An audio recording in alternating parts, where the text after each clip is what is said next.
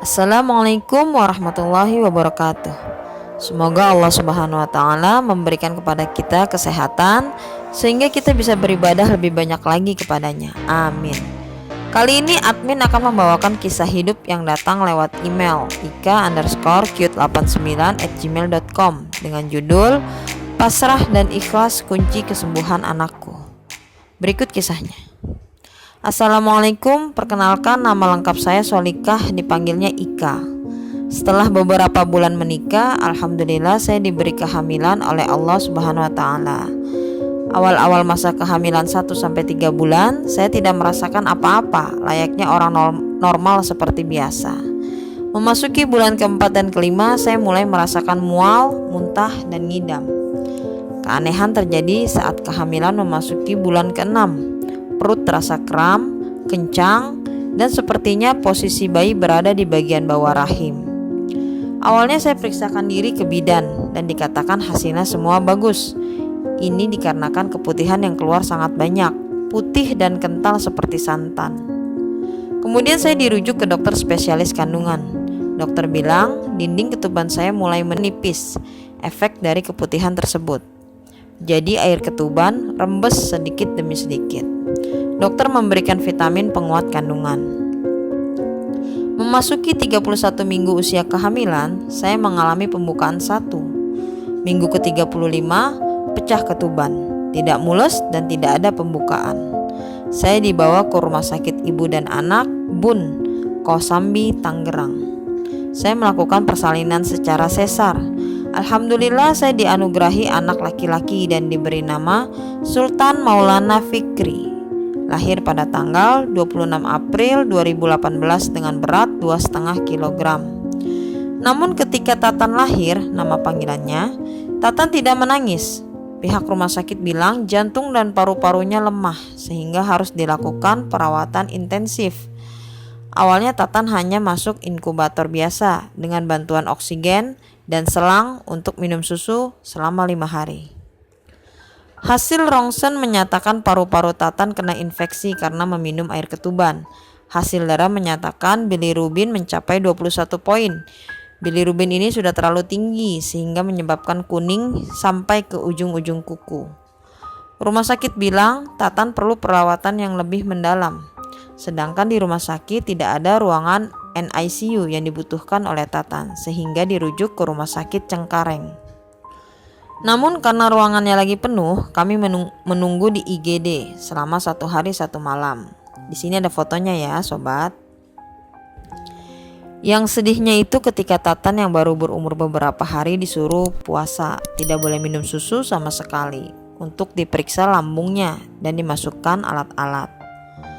Setelah memasuki ruang NICU, setiap hari saya berdoa tiada henti. Air mata sudah tak terhitung lagi berapa banyak yang mengalir. Kondisi Tatan dari hari pertama hingga hari ke-9 tidak mengalami peningkatan.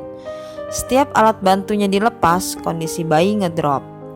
Jadi hari ke-9 ketika itu dokter Andika yang menangani Tatan ingin bertemu dengan saya. Waktu itu saya sebagai seorang ibu datang sendirian ke rumah sakit untuk bertemu dokter. Dokter menjelaskan bahwa kondisi Tatan masih lemah, tidak ada peningkatan. Anak ibu berada dalam masa kritis antara hidup dan mati. Kami tim dokter dan perawat sudah melakukan upaya penanganan sebaik mungkin. Dan Anda sebagai orang tua juga sudah melakukan yang terbaik untuk anak Anda dengan segala upaya yang bisa Anda lakukan. Sekarang waktunya kita untuk pasrah dan berserah diri, berdoa menunggu mukjizat dari Allah datang. Saya menangis, hati saya pilu, dada terasa sesak dan berat mendengar kata-kata yang keluar dari mulut dokter Andika. Awalnya saya bersikap egois, berusaha untuk mempertahankan anak ini bagaimanapun caranya. Pokoknya anak ini harus hidup, apapun akan saya lakukan. Namun saya tersadar bahwa anak itu hanya titipan Allah semata. Ucapan dokter Andika membuka pikiran saya. Jadi saya memutuskan untuk ikhlas dan sabar. Jika memang anak ini untuk saya, maka Allah akan menyembuhkannya dan saya berjanji akan merawatnya dengan baik. Namun jika itu bukan untuk saya, maka saya ikhlas menerimanya. Hari ke-11 rumah sakit menelpon, meminta saya untuk datang. Pas sampai di sana, saya melihat Tatan sudah tidak memakai alat-alat lagi, sudah dilepas. Dan perawat bilang kalau kondisi Tatan sudah mulai membaik, mendekati normal. Tatan sudah bisa pindah ke ruang perawatan biasa. Waktu itu saya disuruh belajar menggendong dan menyusuinya secara langsung. Maklum saja, semenjak Tatan lahir, ASI yang saya berikan melalui pompa susu dan dimasukkan ke dalam selang. Dokter menyuruh menunggu beberapa jam ke depan untuk melihat kestabilan bayi. Alhamdulillah, berkat rahmat dan ridho dari Allah, Tatan diperbolehkan pulang dan insya Allah dalam keadaan sehat. Berat badan Tatan waktu itu 1,6 kg. Sebulan kemudian berat badan Tatan naik menjadi 1,9 kg. Namun perjuangan saya sebagai seorang ibu tidak berhenti sampai di situ. Namanya bayi prematur, kondisi badan yang belum stabil membuat Tatan sedikit-sedikit sakit. Usia 1 bulan kena dermatitis atopik di daerah kepala dan muka. Saya bawa ke dokter umum, spesialis anak, hingga dokter kulit. Namun belum sembuh juga. Admin jelaskan sedikit ya, apa itu dermatitis atopik.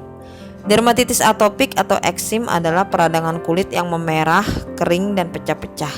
Pada balita biasanya kulit bisa bersisik atau berkerak.